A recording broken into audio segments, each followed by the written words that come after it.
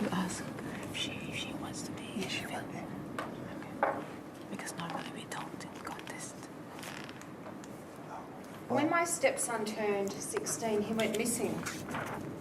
Months of puzzlement, frustration, confusion, and stress, as you can imagine, ensued. No longer, as we walked through the door every day, did he come bounding down those stairs, eagerly inquiring as to how our day had been, and inquiring as to what time dinner would be and what it would be. No longer did he follow us around the kitchen, looking at the ingredients that would make up that night's delicious dinner. Instead, night after night, a stranger sat at our table. At the call of dinner, he joined us at the very last moment, kicked back the chair, sat down, slumped over his meal, his eyes cast downwards. When we would ask, "How was your day? How was school?" we were greeted with a grunt. Ugh. In fact, any question that was asked of him was met with a grunt. Ugh. So it was left up for my partner and I to interpret the meaning. Did he mean yes? Did he mean no? No longer was he interested in camping. We were told in no uncertain terms, camping, that's your thing. It's not my thing. And just like that, 6 months later, he was back. The teenage hormonal nightmare was over.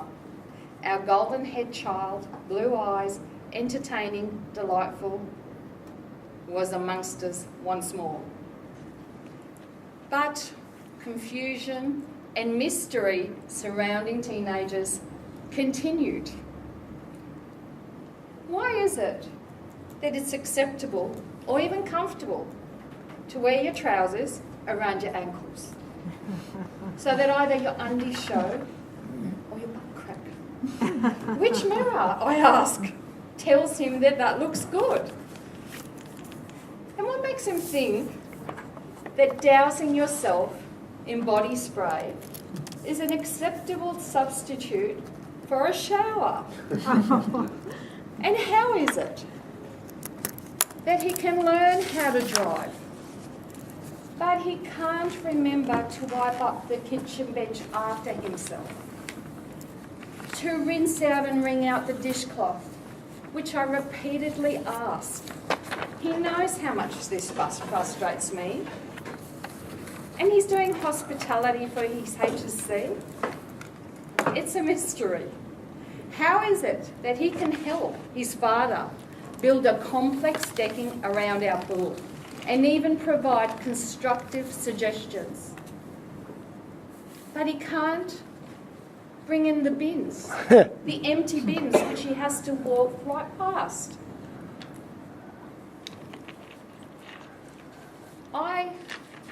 When Tom came to live with us 3 years ago, I made a pact with myself, one of many, that I would never do what my mother did to me.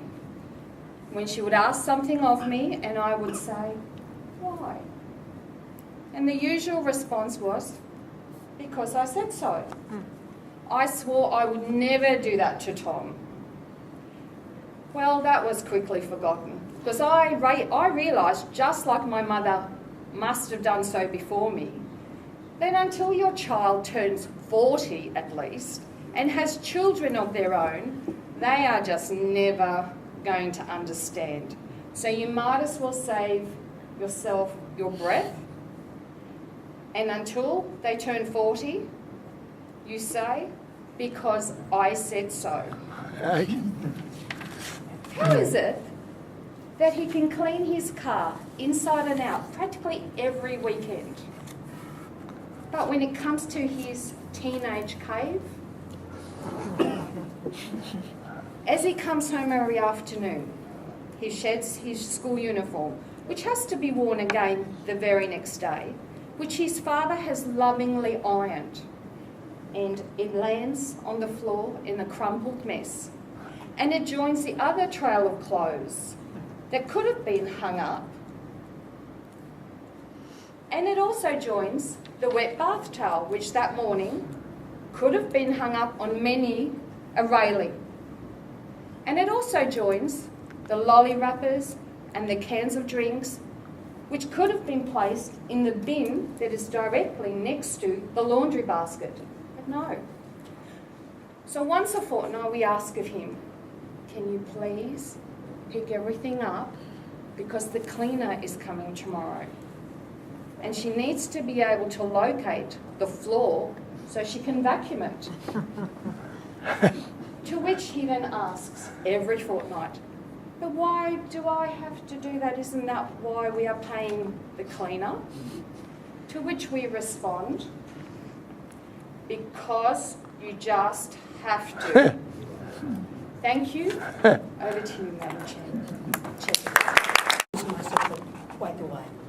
May you please tell the audience what inspired you to be always a contestant every time we have a contest? I noticed that this was her second, Yes. isn't it? Second time. But it looks like she's really inspired. So I just want to know your secret so that everybody else will also be inspired, joining contests like this. Unfortunately, I don't have an answer because, as Colleen would know, I'm petrified of doing, what is it that I'm petrified of doing? Not the judging, evaluation. Yeah. I can't overcome that mental block, that obstacle. And I just don't want to subject anybody to a dreadful evaluation. But somehow I'm willing to subject you to my humour, so... That's a good answer. Uh-huh. So can I also ask one more question? It looks like you are really happy and having fun with your employer because she's also always present during the meeting. Yes. No matter how busy she is, I always see her and getting roles in the different meetings we have. So another question, similar to the first question. What inspired you to be always coming in during the meetings despite your busy works at work? In the workplace? Because I'm respectful of everything that every single person does at these meetings and on the executive to make this work. I just know how welcomed I felt when I first joined and the encouragement that I got from a number of people, and no matter what I asked for, it was never too much, and it's my role. It's a role as a member to reciprocate that, and it takes each one of us to make all of this work.